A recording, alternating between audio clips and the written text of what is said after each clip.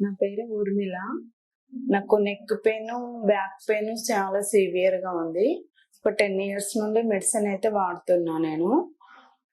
నాకు కొంచెం లెఫ్ట్ సైడ్‌లో అయితే ఎక్కువగా ఉంది. చాలా అంటే కాలు లాగడం, ఎక్కువైతే అసలు సైడ్‌కి తిప్పలేకుండా ఉన్నా నేను.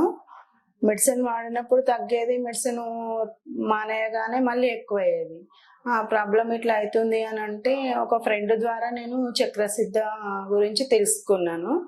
తర్వాత ఫోన్‌లో రీల్స్ కూడా చూషినా.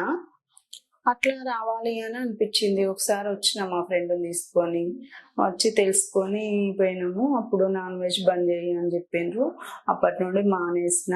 తర్వాత ఏప్రిల్ 4థ్ అట్లా జాయిన్ అయినా. జాయిన్ అయినప్పుడు చాలా సివియర్‌గానే ఉండే పెయిను.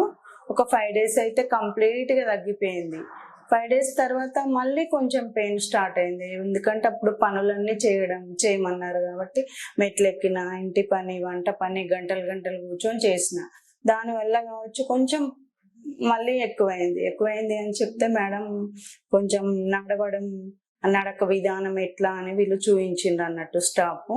ఈ మేడం వాళ్ళు కూడా చాలా అట్లా ఓపికతోనే చేస్తుండ్రు.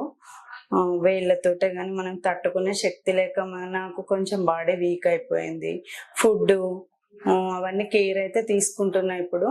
ఇప్పటి వరకైతే నాకు 80% చాలా తగ్గిపోయింది.